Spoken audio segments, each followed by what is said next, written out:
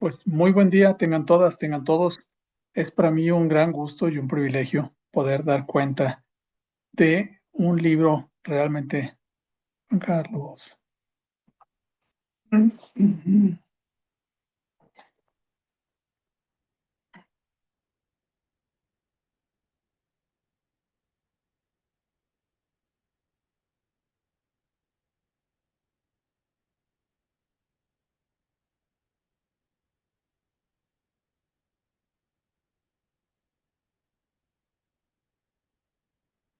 Muy buen día, muy buena tarde, tengan todas, todos. Es para mí un gran gusto y un privilegio poder participar en la sesión de presentación de este libro que se llama Educación Superior Privada e Inequidades en el Sur Global. Como podrán darse cuenta, no estoy presente en la sala, cosa que me llena de pesar. Resulta que hay una asignación que me hace mi universidad y en este preciso momento debo de estar volando hacia la Ciudad de México para de ahí conectar un vuelo hacia Sudamérica. Entonces, bueno, una disculpa del tamaño del mundo. Realmente me hacía mucha ilusión poder participar en esta sesión de forma presencial. Sin embargo, bueno, no se pudo. Y una disculpa. Pero lo que sí es muy correcto y que a mí me tiene muy ilusionado es poder dar cuenta de este libro. Y escribí algunas notas. Si ven que mis ojos van por allí bailando de un lado a otro es porque estoy leyendo mis notas. Y pues arranco. Este texto, esta obra, que es realmente muy potente y en la parte final voy a resaltar algunas otras cosas, pues se integra de 7 capítulos. El capítulo inaugural de esta obra colectiva, que está hecho por Etienne Gerard y nuestra querida Rocío Grediaga Curi, establece un marco conceptual riguroso para analizar la intersección entre la expansión del sector privado en la educación superior y la producción contemporánea de desigualdades con un enfoque más bien centrado en el sur global. Los autores parten de una premisa contundente: la privatización educativa no es un fenómeno técnico ni neutral, sino un proceso político, en un sentido amplio, que redefine las estructuras de poder, las oportunidades y la legitimidad en las sociedades actuales. Situando su análisis en el contexto de las transformaciones neoliberales desde los finales del siglo XX, Gerard y Grediaga desmontan la narrativa dominante que presenta la desregulación del mercado educativo como un motor de eficiencia y democratización. En su lugar, proponen una lectura crítica puntual que revela cómo estas dinámicas, lejos de disolver las jerarquías sociales, las reconfiguran y naturalizan mediante mecanismos simbólicos y materiales. Argumentan, con base en sus análisis y además se apoyan en los que han aportado otros colegas académicos de varias latitudes, postulan una idea interesante y proponen que la segmentación de la educación superior y el papel de una parte de las instituciones particulares, que además, déjenme hacer un paréntesis aquí, se les llama regularmente privadas. Sin embargo, en la jerga legal mexicana, en la normatividad mexicana, se les reconoce como particulares. Bueno, ya sea que sean particulares o privadas, como le queramos llamar, estas instituciones y su papel viene constituyendo una nueva fabricación de las desigualdades. Esta noción, que trasciende la idea de que las brechas educativas son meros residuos históricos o efectos colaterales, más bien nos llevan a pensar que las desigualdades se construyen activamente a través de las decisiones políticas, estructuras institucionales y narrativas culturales, aquí hay un punto importante, que las hacen aceptables. En este entramado, el discurso de la meritocracia ocupa un lugar crucial. Al presentar los resultados educativos como producto exclusivo del esfuerzo individual, se invisibilizan las condiciones estructurales, como es el capital económico, cultural o social, que vienen condicionando las trayectorias desde el origen. Esta meritocracia formadora de élites y formada por las élites parece funcionar como un régimen moral que tunea, si utilizamos la expresión que dicen los chavos, que reconfigura la desigualdad. La presenta como algo cercano a un atributo personal y la desliga de los determinantes colectivos. Así, una parte del sector privado parece reproducir desigualdades preexistentes y lo más preocupante es que contribuye a legitimar el relato de movilidad social que oculta los mecanismos de exclusión inherentes a su modelo. Esta paradoja se manifiesta en la expansión cuantitativa de la educación superior privada, que ha ampliado el acceso en contextos donde los estados no pudieron satisfacer la demanda, pero el sistema en su conjunto no ha logrado traducir este crecimiento en movilidad social significativa. La desregulación estatal que redefine el gobierno como un regulador más y no como un garante del derecho a la educación, ha permitido la proliferación de instituciones privadas de diferentes perfiles y de diferentes calidades. Este proceso ha generado una diversificación del mercado educativo. En lugar de homogenizar las oportunidades, ha creado nuevas jerarquías. Universidades de élite transnacional y nacional, instituciones de bajo perfil, con recursos limitados, hoy e incluso establecimientos periféricos, pues que operan en condiciones pues, de franca precariedad. En este escenario, el discurso de la calidad educativa desplaza al de la equidad, prioriza la competitividad individual y la empleabilidad inmediata sobre la justicia distributiva. Queda claro entonces que hay muchos modelos que coexisten, desde corporaciones educativas transnacionales orientadas a la rentabilidad financiera, que todos sabemos cuáles son, hasta instituciones comunitarias o confesionales con fines sociales. No obstante, hay presiones de mercado que empujan hacia las prácticas selectivas. Incluso a las instituciones públicas las empujan a estas prácticas selectivas, priorizando estudiantes con mayores recursos o con mayor preparación previa. Este fenómeno viene revelando cómo las lógicas mercantiles permean incluso en las instituciones con misiones inicialmente inclusivas, lo que viene, a acabar, lo que viene por acabar erosionando la capacidad para mitigar desigualdades. La dimensión transnacional del fenómeno es otro eje que tocan muy bien nuestros editores. Los autores analizan cómo los acuerdos comerciales internacionales y los organismos multilaterales han facilitado la globalización de la educación superior privada, generando flujos de capital, flujos de estudiantes y modelos institucionales. Sin embargo, este mercado global opera en condiciones asimétricas. ¿Por qué? Pues porque las universidades de élite de países centrales exportan prestigio y acumulan ventajas, mientras que las instituciones del sur global compiten o competimos en un campo marcado por desequilibrios históricos. Y aquí permítanme hacer una pausa. Por favor, revisen el caso de la Texas State University, de la Arkansas State University y de Arizona State University en México. Son tres instituciones, lo que se llaman Land Grant Institutions de Estados Unidos, públicas por definición, que sin embargo han establecido campus en Querétaro, si no estoy mal. Entonces, vale la pena revisar este tipo de cosas. Esta dinámica no solo refuerza dependencias académicas y culturales, sino que también redefine las jerarquías dentro de los sistemas educativos locales, donde las instituciones privadas se posicionan estratégicamente para capturar segmentos específicos de mercado. Avanzando, más allá de las desigualdades de acceso, los autores exploran cómo la mercantilización transforma la producción misma del conocimiento. Cuando las instituciones dependen de mantener currícula, o mejor dicho, de mantener matrícula y de garantizar empleabilidad inmediata, pues surge un sesgo curricular hacia disciplinas técnicas y aplicadas. Es decir, queremos mantener la mayor cantidad posible de estudiantes en nuestras aulas. Y esto actúa pues en detrimento de las humanidades, de las ciencias sociales y de las ciencias básicas incluso. Este giro limita la formación integral de los estudiantes y debilita la capacidad crítica de las sociedades para cuestionar las estructuras que generan las desigualdades. En este sentido, la educación viene perdiendo parte de su potencial emancipador, reproduciendo un círculo vicioso, donde el conocimiento se instrumentaliza para sostener el statu quo. Y bueno, esto es evidentemente en las instituciones privadas o particulares de bajo perfil, pero no es exclusivo de ellas. La pauta que nos da el texto y que nos dan nuestros autores es superar esta dicotomía público-privado para analizar un entramado más bien interconectado. La privatización no se reduce al surgimiento de universidades privadas, eso sería muy sencillo, sino que también implica la adopción de lógicas empresariales en instituciones públicas. Todos sabemos ejemplos de instituciones de financiamiento público que funcionan más privado que las privadas. Y además, la mercantilización de los imaginarios educativos.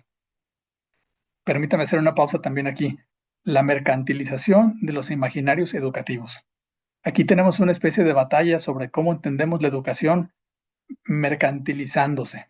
Por tanto, Gerard y Grediaga no demonizan al sector privado, más bien reconocen su rol en la expansión de cobertura y de innovación institucional, pero instan a todos los lectores a cuestionar bajo qué condiciones este sector puede contribuir a la equidad. Su marco conceptual, que está centrado en la desregulación, la diversificación y la meritocracia como pilares de esta fábrica de desigualdades, ofrece un lenguaje común para los estudios de caso que conforman los capítulos 2, 3, 4, 5, 6 y 7.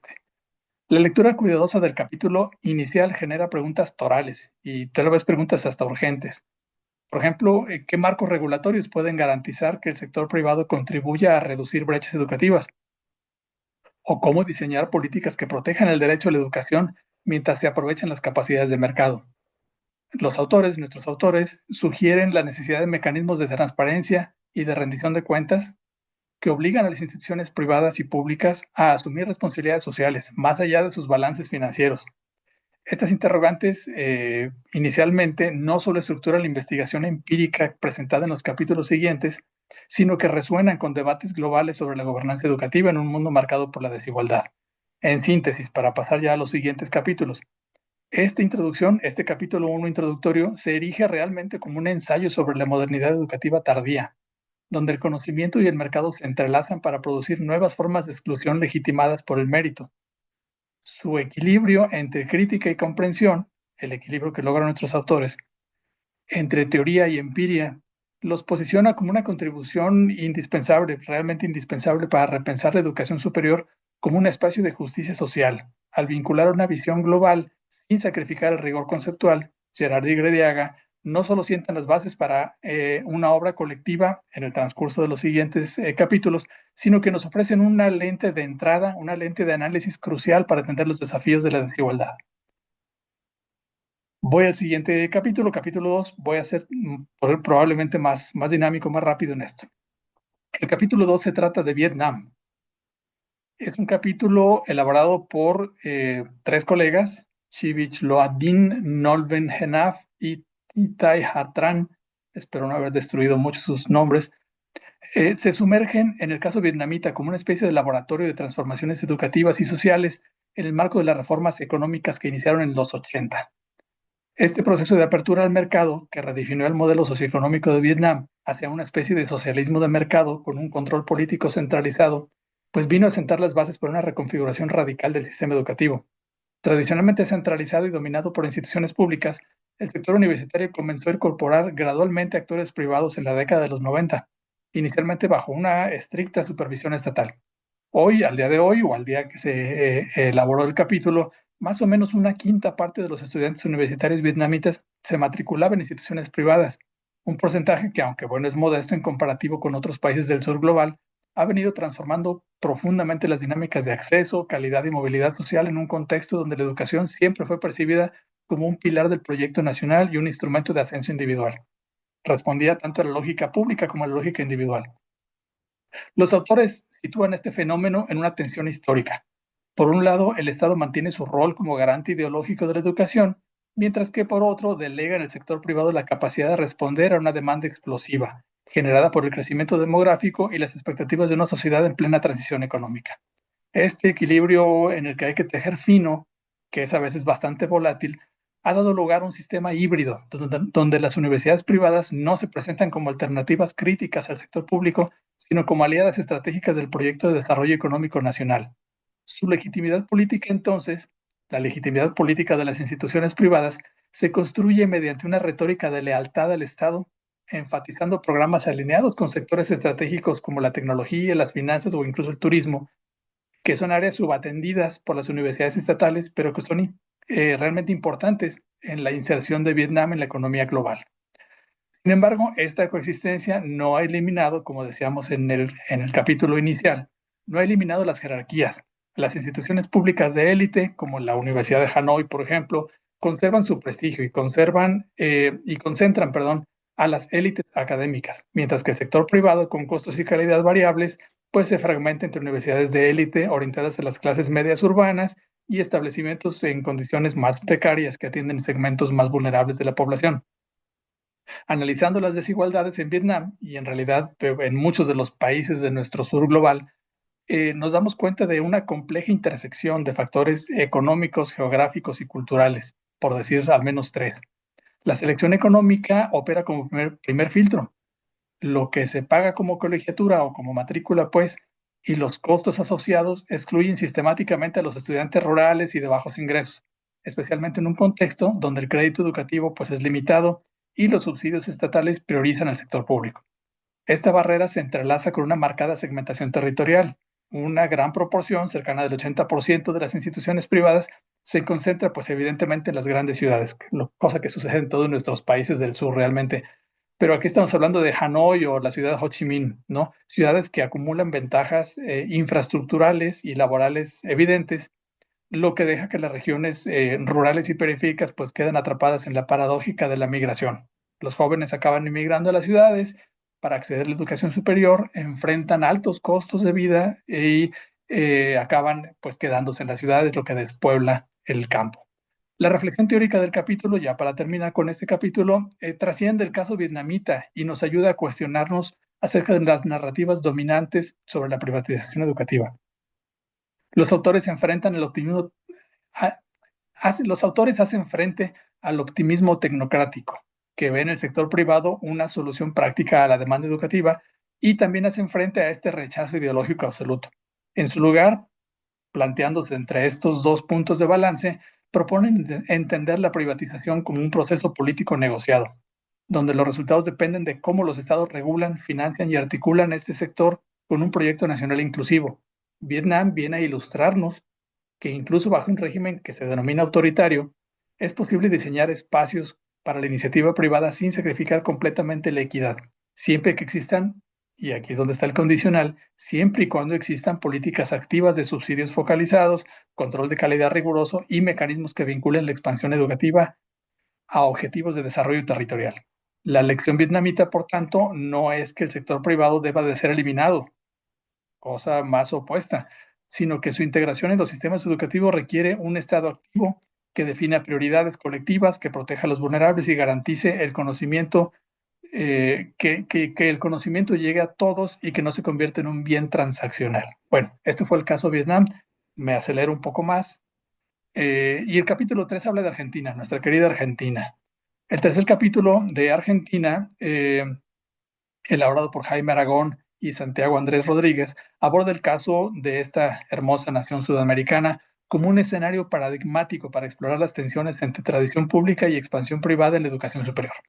Los autores sitúan su análisis en un contexto pues histórico único, pues porque Argentina, todos lo sabemos, ha sido referente regional por el compromiso con la educación pública, gratuita, laica y autónoma. Se recordarán todos de la reforma universitaria de Córdoba y protegida constitucionalmente desde 1949. Sin embargo, en las décadas de los 80 y los 90, el sector privado experimentó un crecimiento más bien acelerado. Hoy representa por ahí del 35% de la matrícula universitaria, si estoy correcto con los datos y si los autores también lo están. Y este fenómeno no surge como respuesta a un vacío estatal, sino en diálogo con un sistema público robusto. Todos conocemos el caso de la Universidad de Buenos Aires, que es enorme, pero que ha estado golpeado por crisis fiscales recurrentes, precarización docente y desfinanciamiento. La interrogante central de este capítulo es: ¿la educación privada funciona como espacio de movilidad o como circuito de reproducción de desigualdades? Esa es la pregunta que se plantean nuestros autores.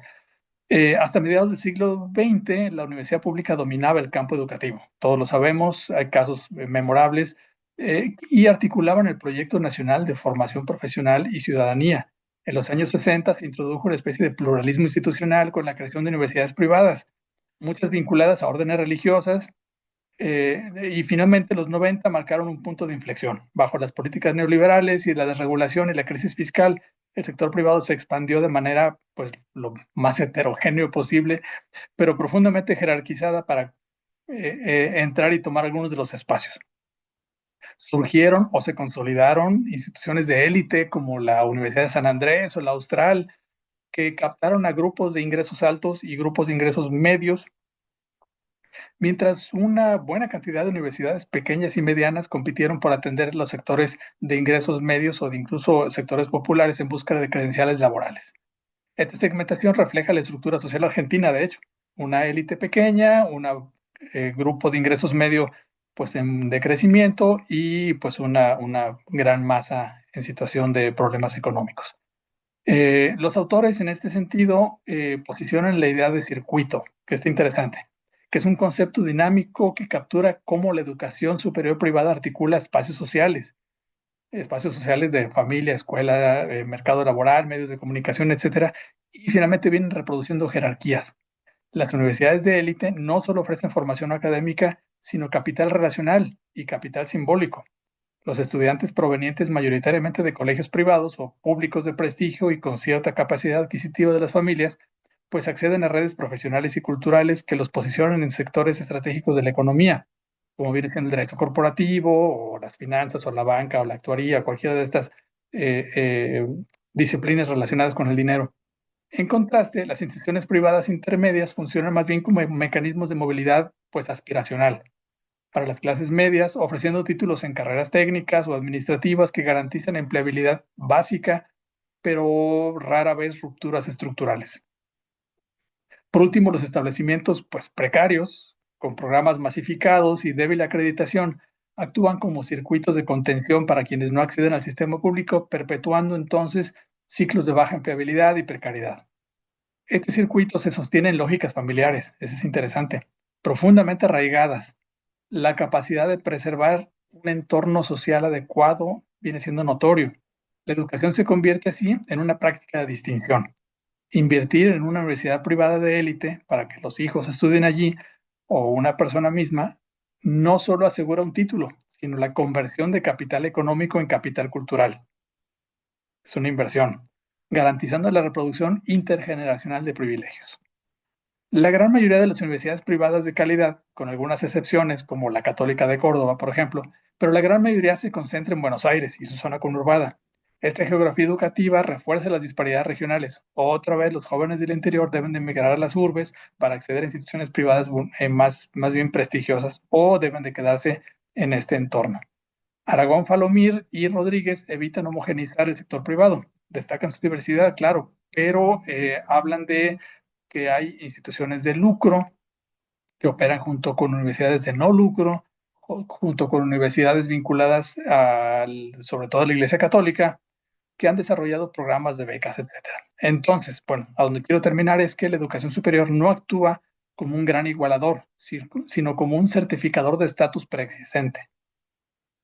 En sus conclusiones, los autores vienen a presentar cómo la Argentina sigue en una tensión importante en términos de privatización, en términos del dominio privado público, pero la Argentina demuestra que la coexistencia pública-privada, este balance público-privado no garantiza equidad.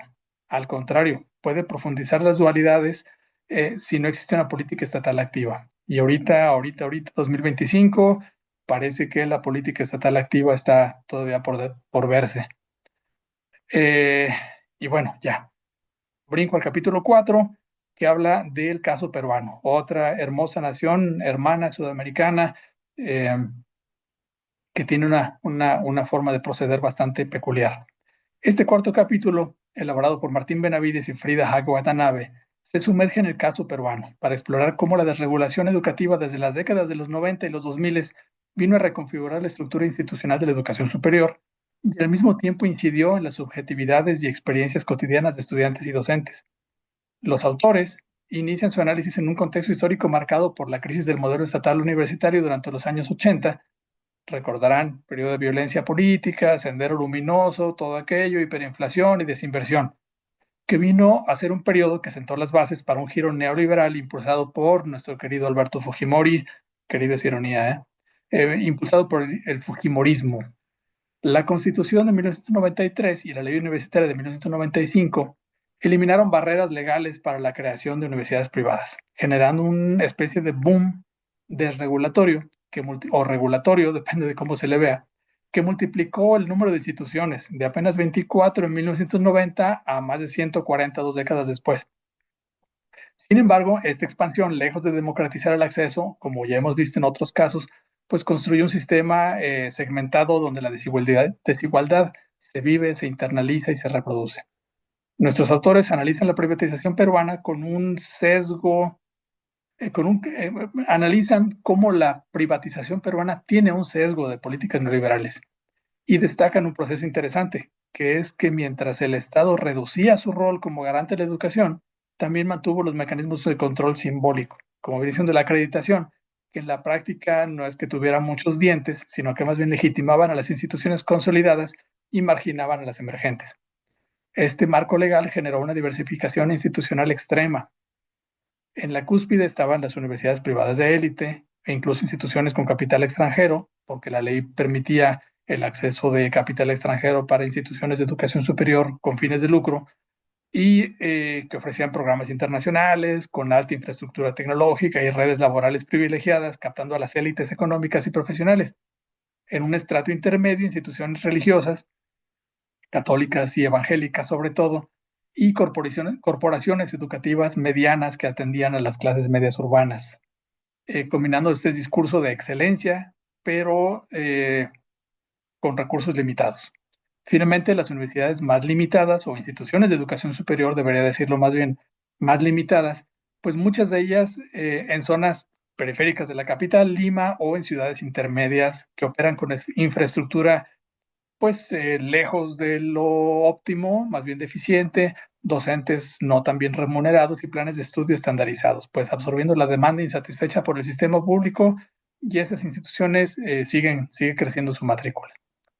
Eh, el capítulo culmina con una reflexión sobre las implicaciones políticas de este modelo y que la equidad educativa no surge de la expansión cuantitativa nuevamente, sino que vendrá de transformar las relaciones de poder que definen quién accede, cómo se forma y qué valor tiene el conocimiento. Brincamos al capítulo 5, que es, bueno, todos son muy interesantes, pero al tratarse de el caso mexicano, a mí me causó realmente mucho interés y hay cosas fascinantes en este capítulo. Es obra de Rocío Grediaga, Etienne Gerard y nuestra querida Mónica López Ramírez, entrañable amiga y entrañable académica, que, bueno, al igual que Etienne y al igual que Rocío, que sumerge al lector en un complejo universo de la educación superior privada, un sistema enorme y creciente que combina la magnitud histórica, la diversidad institucional y las profundas fracturas sociales que tenemos en esta comunidad nuestra.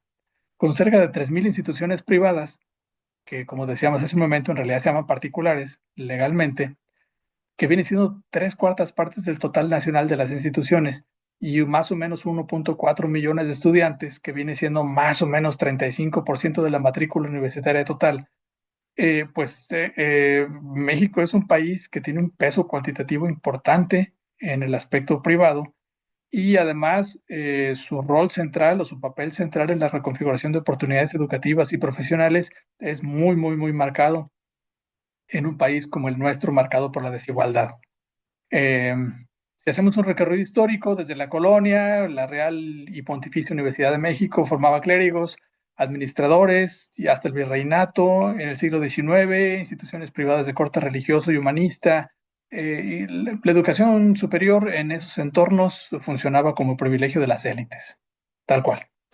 Sin embargo, fue a partir de los años 80 del siglo pasado, por ahí de los 1970 y muchos, 80 y pocos, ya bajo el impacto de las políticas neoliberales y el ajuste estructural que todos los que tenemos ya más de 50 sufrimos, cuando el sector privado experimentó una expansión ya sin precedentes. La década de los 90, sobre todo, fue bárbara en cuestión de expansión del sector privado en la educación superior mexicana. Y bueno, la crisis fiscal del Estado, recordarán los errores de diciembre y todo aquello, combinada con la presión internacional por la apertura económica, el GATT y el Tratado de Libre Comercio, todo aquello, llevó a promover la participación privada como solución a la demanda educativa. Las reformas legales de las décadas de los 80 y los 90, pues desregularon la creación de instituciones, generando una especie de rompecabezas heterogéneo, desde gigantes empresariales, no vamos a decir nombres, hasta religiosos, corporativos, hasta pequeñas universidades o instituciones de educación superior, para no llamarles universidades, con un carácter más bien local. Esta expansión parece caótica desde afuera, pero en realidad, si se analiza, fue moldeada por un marco normativo ambiguo, ¿se acuerdan del Acuerdo 279?, que priorizaba la diversificación sobre la equidad, por poner un ejemplo nada más. El Estado, ya con este paquete operando, pues carece de mecanismos robustos para garantizar la calidad e inclusión. Estamos hablando de la década de los 80 y 90 y un poco los 2000.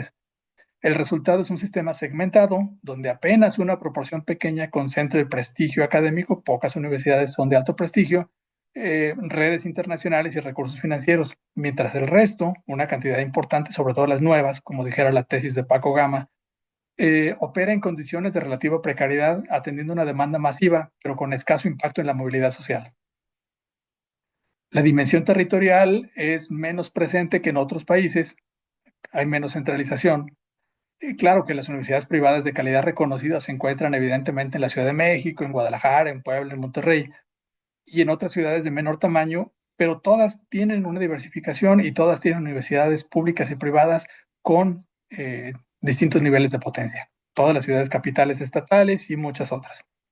El vínculo entre la industria y la producción de profesionales es algo fundamental y es concretamente señalado por nuestros autores. Queda claro que, como alguna vez se dijera, creo que fue Roberto Rodríguez quien lo dijo, o Manuel Gil, no estoy completamente seguro, en un artículo que decía, las universidades hicimos nuestro trabajo, pero el sector económico no. Es decir, se produjeron cantidades importantes de egresados en distintas áreas, pero no podían ser completamente absorbidos por el sector empresarial.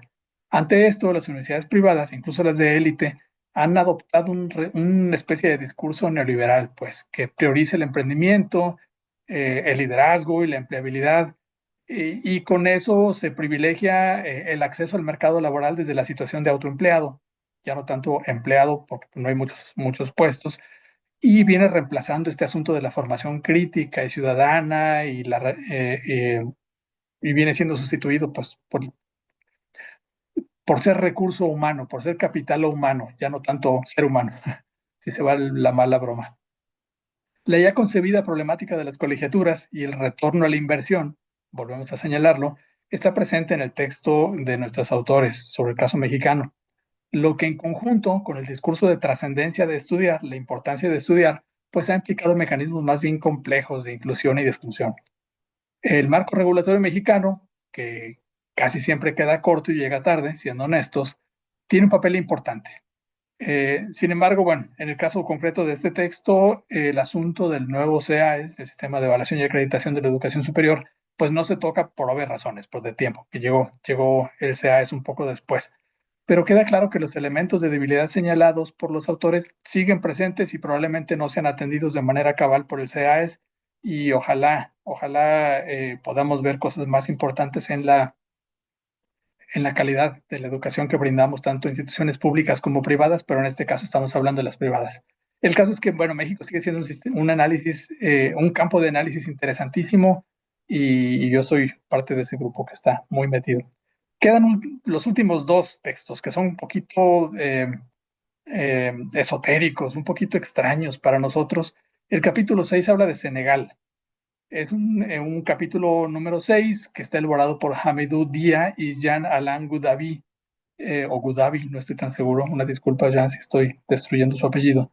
Y este texto sumerge al lector en el contexto senegalés, un escenario africano paradigmático para comprender cómo la educación superior privada opera en sociedades con herencias coloniales profundas. El Senegal tiene una herencia colonial, pues al igual que todos nosotros, pero es aún más marcado. Pero además tiene limitaciones estatales, pues prácticamente crónicas y desigualdades estructurales que se niegan a irse, son persistentes. Los autores sitúan su análisis en un país que, a pesar de poseer una tradición educativa relativamente sólida en el África Occidental, ha enfrentado desafíos históricos para democratizar el acceso a la formación superior. Desde la independencia, en la década de los 60, pues el Senegal heredó un sistema educativo francés centralizado y elitista, tal cual. Esas son las palabras. Un sistema francés centralizado y elitista en Senegal, diseñado originalmente para formar una pequeña administración colonial mientras excluía a la mayoría de la población porque no eran relevantes para esos fines. Y bueno, particularmente en zonas rurales y grupos étnicos marginados, pues quedaban de lado, literalmente de lado. Las décadas posteriores a la independencia vieron intentos del Estado por expandir la educación pública, pero las limitaciones presupuestarias, evidentemente, la presión demográfica y las crisis económicas recurrentes en el África y en el Senegal, pues impidieron una cobertura equitativa eh, más presente, ¿no? Especialmente en el nivel superior, ya no digamos los niveles básicos. El capítulo entonces es una reconstrucción muy meticulosa, muy interesante y sobre todo para los que no conocemos mucho de África, es de veras fascinante ver cómo esas reformas de ajuste estructural que fueron impulsadas, adivinen por quién, por los organismos internacionales, pues tuvieron una influencia importante en el gasto público de la educación, abriendo un espacio para la inversión privada en un sector que se volvió estratégico y rentable. Diciéndolo en otras palabras, el poquito dinero que había que había llegado al Senegal vía los organismos internacionales, pues venía etiquetado para que se canalizara la educación básica. Por tanto, todo aquel que quisiera estudiar en universidad pública, pues tenía oportunidades más bien pequeñas y acababa pues yendo hacia las universidades privadas. Por tanto, se volvió estratégico y rentable. Dia y Gudavi también dejan ver una característica distintiva del caso senegalés, que es que a diferencia de modelos latinoamericanos o asiáticos, donde hay una lógica empresarial que es la que domina, en Senegal la expansión privada también fue impulsada por una compleja red de actores que incluye asociaciones religiosas, organizaciones comunitarias e incluso una diáspora senegalesa, toda la diáspora que salió sobre todo a Europa y América del Norte con los conflictos que se dieron allí, las violencias, pues esto está teniendo una influencia marcada en la constitución de instituciones de educación superior. Esta diversidad de actores generó un sector aún más heterogéneo donde coexisten universidades igual pocas, pero existen de alto nivel académico vinculadas con redes internacionales y confesionales, sobre todo evangélicos, protestantes, con establecimientos precarios que operan sin acreditación y ni supervisión. Los autores introducen ideas en torno a cómo el Estado, que es el encargado de regular, pues en ocasiones parece pues dejar de lado su papel en esa transformación, lo que realmente crea un vacío que el sector privado llena parcialmente, pero sin modificar nuevamente las estructuras de exclusión. Las limitaciones estructurales de estas prácticas pues son claras y favorecen la exclusión de todo aquel que no tenga pues el capital suficiente o los conectes, el capital social suficiente. El marco regulatorio senegalés para la educación superior privada constituye un campo de tensiones simbólicas. Diego Davi reconocen avances significativos en la creación de mecanismos de acreditación y control de calidad, pero señalan limitaciones. Hay una debilidad institucional importante para implementar los estándares, hay fallas administrativas o incluso huecos administrativos y hay presiones políticas que afectan la autonomía educativa. Algunas instituciones privadas navegan hábilmente este sistema, obteniendo acreditaciones formales mientras mantienen prácticas pedagógicamente cuestionables, mientras otras instituciones serias enfrentan obstáculos burocráticos para poder obtener el reconocimiento porque no transigen en este tipo de prácticas. Lo que es cierto es que todas las instituciones privadas acreditadas y avaladas pues están en su derecho de funcionar porque ya tienen el aval. Por tanto, son actores que no se van a ir pronto y van a seguir empujando. Y nos vamos al séptimo y último de los capítulos que tiene que ver con la República Democrática del Congo. Otro país africano con muchos recursos y con muchos problemas. El capítulo que cierra esta obra está elaborado por Marc Poncelet y Pascal Capagama Icando y nos sumerge como lectores en uno de los contextos más extremos y reveladores. Realmente es un cierre con un campanazo para componer la relación entre educación superior privada y las desigualdades, que es pues, la República Democrática del Congo. Los autores llaman a este país como un estado post-abdicación, o sea, después de haber abdicado, después de haber cedido su lugar, un concepto que captura la condición de una nación donde el Estado ha perdido tristemente de manera significativa su capacidad para ejercer funciones básicas en la regulación y pues ya no digamos en la provisión de servicios públicos esenciales como es la educación y la educación superior, ya no se diga. Este análisis que nos presentan los autores no se limita a describir una crisis institucional, sino que explora cómo, ante la ausencia del Estado, este Estado que ha abdicado, emerge un paisaje educativo fragmentado donde la privatización se convierte en síntoma por un lado, pero en catalizador por el otro de nuevas formas de desigualdad, pero también en un espacio de resistencia y de esperanza colectiva. Es unas tensiones muy interesantes. A mí realmente me despertó el deseo de ir a la República del Congo, espero que algún día pueda lograrlo. La descripción histórica que nos trazan los autores contextualiza la magnitud de la transformación. La matrícula universitaria y en específico la privada es pequeña y aunque es creciente, pues parece no estar vinculada con la fuerza necesaria o la fuerza imaginada con los planes nacionales y con las necesidades nacionales.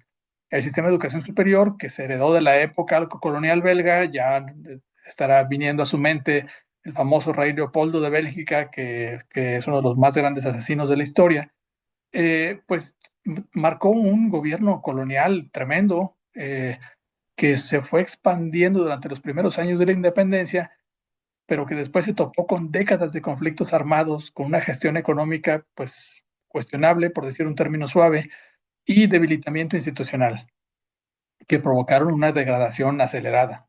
Las universidades públicas enfrentaban en ese entonces y enfrentan hoy con una infraestructura degradada, con una falta crónica de recursos, con problemas salariales para los docentes y administrativos y una pérdida significativa de prestigio académico y social, enfrentan con esas condiciones que acabo de reseñar y que, bueno, tomo de lo que dicen los autores, enfrentan la tensión y la necesidad de proveer condiciones para que los estudiantes logren sus estudios superiores.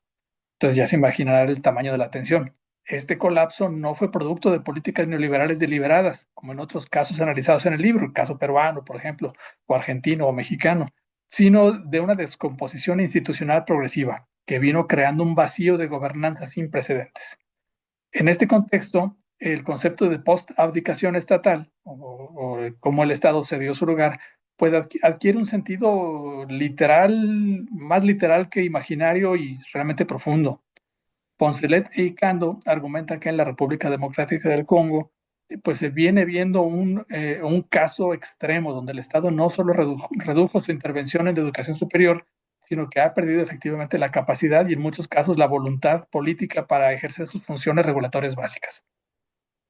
El Estado congoleño hace lo que puede con lo que tiene, básicamente, abdicando desde su responsabilidad constitucional como garante del derecho a la educación. Este vacío no ha sido completamente llenado por un mercado autorregulado, sino más bien por una compleja constelación de actores no estatales. El resultado es un ecosistema pues complejo, donde la calidad de la formación es discutible. Hay edificios improvisados, bueno, eso no nos debe de sorprender en México o en Latinoamérica, docentes no calificados y programas académicos que tienden rápido hacia la obsolescencia. Sin embargo, aún con esas condiciones vienen atrayendo a estudiantes interesados en obtener alguna forma de credencial educativa, que las privadas tienen más condiciones para ofrecer que las públicas. Estas universidades han mantenido estándares académicos decentes a pesar del contexto adverso, programas relativamente innovadores, adaptados a las necesidades sociales y forman profesionales que contribuyen al desarrollo comunitario. No obstante, estos casos positivos representan una minoría significativa dentro de un sector privado dominado por la improvisación, la búsqueda de rentabilidad a corto plazo y la explotación de la desesperación educativa de la población. Los resultados de la acción, o mejor si le llamamos de la inacción del Estado y el rejuego de los actores privados, está aún por verse en este complejo ecosistema educativo. Bueno, he terminado con los 7 capítulos, la introducción, caso Vietnam, caso Argentina, caso Perú, caso México, caso República Democrática del Congo, caso Senegal. Conclusiones muy rápido y una invitación. Y bueno, simplemente diría que tras este recorrido de casos latinoamericanos, africanos y asiáticos, pues queda preguntarnos si alguna vez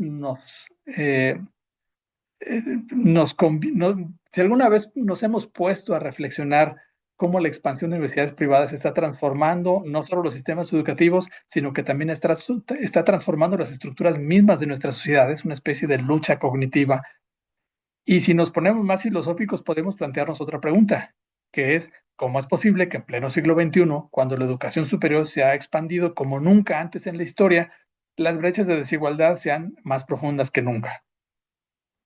Por tanto, se estarán imaginando que lo que sigue es el comercial, pero es un comercial realmente muy académico y muy bien habido, que es que este libro, Private Higher Education and Inequalities in the Global South, Lessons from Africa, Latin America and Asia, o Educación Superior Privada y las Inequidades en el Sur Global, Lecciones de África, Latinoamérica y Asia, pues se plantea y nos plantea estas preguntas que acabo de señalar y busca ofrecer pues realmente vetas interpretativas rigurosas. Claro, matizadas, pues, pero necesarias para comprender uno de los fenómenos más transformadores de nuestro tiempo. Es una obra que aborda mitos sobre la educación superior y los va tejiendo de uno por uno y nos va sumergiendo en la complejidad real de 7 estudios de caso profundos o de 6 estudios de caso profundos y el otro es como transversal, el otro capítulo que en realidad es el primero, que abarcan desde México hasta Senegal, desde Vietnam hasta la República Democrática del Congo. Es evidente la coherencia del argumento planteado por Etienne Girard y Rocío Grediaga en la introducción. Lo que dicen es, los 7 capítulos leídos en su conjunto revelan una constante e inquietante. La privatización de la educación superior en sus distintas variantes nacionales no elimina las desigualdades, tampoco la no privatización, para ser honestos. Creo que las desigualdades van tristemente trascendiendo la formación superior y ya sea que tuviéramos únicamente instituciones públicas como si tuviéramos únicamente instituciones privadas o cualquier combinación en el medio, eh, eh, la desigualdad está. ejerciendo sus tensiones por allí, tristemente a pesar de la educación superior. Pero bueno, el caso es que no la combate, no elimina las desigualdades, sino que las reorganiza de formas diferentes. En cada contexto analizado, Vietnam, Argentina, Perú, México, Senegal y la República Democrática del Congo, pues el mercado parece prometer inclusión, pero en realidad produce segmentación. Invoca el mérito, pero reproduce el privilegio. El mérito, la eficiencia y la calidad se convierten en los nuevos lenguajes de la desigualdad. Son dispositivos muy sofisticados que naturalizan las jerarquías mientras las están renovando. Lo que hace único este libro, y continúo con un comercial muy bien intencionado, lo que hace único este libro es su capacidad para articular lo global con lo local, a través de investigaciones empíricas rigurosas y contextualmente sensibles. Cada capítulo combina datos cuantitativos con argumentos profundos, revelando cómo las políticas educativas no son decisiones técnicas neutrales, sino elecciones políticas que definen qué tipo de sociedades queremos construir. Para académicos como los que aquí estamos congregados, este texto debe ser un referente para comprender el campo de los estudios educativos internacionales con conceptos innovadores como post-abdicación estatal, que fue uno de los que señalamos hace un inicio, la fabricación de la desigualdad. Para los estudiantes de posgrado, que espero también hay algunos por aquí, ofrece un modelo de investigación interdisciplinaria que combina sociología, economía política y estudios de desarrollo con una tersura metodológica bastante bien hecha. Para los formadores de políticas públicas, que rodilla en suelo, pido a las alturas que haya por ahí alguno escuchando, viene a proporcionar herramientas prácticas para regular efectivamente el sector privado sin caer en extremismos ideológicos como todo el capítulo 7 que tenemos de la Ley General de Educación Superior, que se centra en multas y no en desarrollos, o desarrollar sistemas de financiamiento mixto, mecanismos de control de calidad con un enfoque territorial, políticas de inclusión educativa que consideran género, etnicidad, ubicación geográfica, etcétera. Pues pudiéramos por allí fortalecer el papel de los tomadores de decisiones en las políticas públicas. Y bueno, cualquier ciudadano comprometido con la justicia social se verá interesado, se verá interesada porque es una ventana reveladora a cómo las decisiones educativas de hoy moldearán las oportunidades de las próximas generaciones en los años o décadas por venir. En fin, para terminar, dos últimas cosas. Las y los invitamos, o las y los invito, a adentrarse en estas páginas para entender mejor los sistemas educativos del sur global y atender preguntas pues más profundas y urgentes. A mí se me ocurren tres. La primera es, bueno, ¿qué significa realmente la meritocracia cuando las oportunidades educativas están determinadas por la capacidad de pago? Segundo, ¿cómo podemos construir sociedades más justas si los sistemas educativos reproducen las jerarquías existentes? Y aquí no solo hablo de las privadas, también hablo de las públicas. Y tercero, ¿qué alternativas existen al modelo neoliberal o post-neoliberal, se le llama ya, de educación superior que domina este discurso global? Son tres preguntas que a mí me surgen realmente como curiosidad tras la revisión de este interesantísimo texto. Y bueno, lo último que pues adquiéralo, consígalo, léalo, analícelo, compártalo y seguramente las otras dos palabras que vienen son paladéelo y disfrútelo. Realmente es un texto disfrutable y nuevamente disculpándome por no poder estar en presencia allí, agradezco muchísimo la oportunidad y pues nada, felicitaciones a los autores y un abrazo a todos. Muchas gracias.